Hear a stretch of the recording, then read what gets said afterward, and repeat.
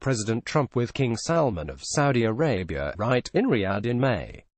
Stephen CrowleyThe New York Times consider this foreign policy challenge a Middle East leader undertakes the stunning power play to cement domestic control, carrying out mass arrests without due process and installing loyalists in key ministries. He ratchets up criticism of a regional rival and accuses it of effectively declaring war. And another Middle East leader, while on a visit to the first one's country, abruptly resigns and doesn't return home. If all this were happening in Iran, it's a fair guess that President Trump, Congress and a host of other voices would react with outrage. In truth, the scenario sums up what's been happening in Saudi Arabia in the last week under Crown Prince Mohammed bin Salman. And Mr. Trump could not have been more effusive. "I have great confidence in King Salman and the Crown Prince of Saudi Arabia. They know exactly what they are doing," he tweeted. There's a big difference, of course, between Saudi Arabia and Iran. The former is an American ally, the latter an antagonist.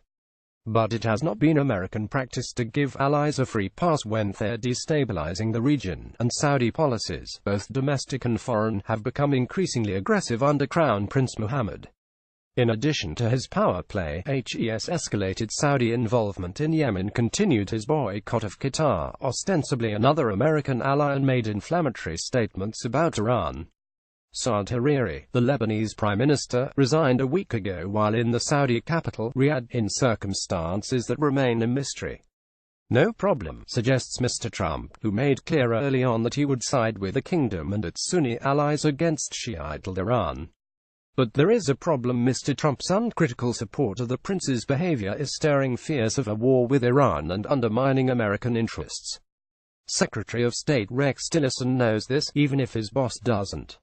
On Friday, Mr. Tillerson reaffirmed Lebanon's independence, hailed Mr. Hariri and cautioned against using Lebanon for proxy conflicts.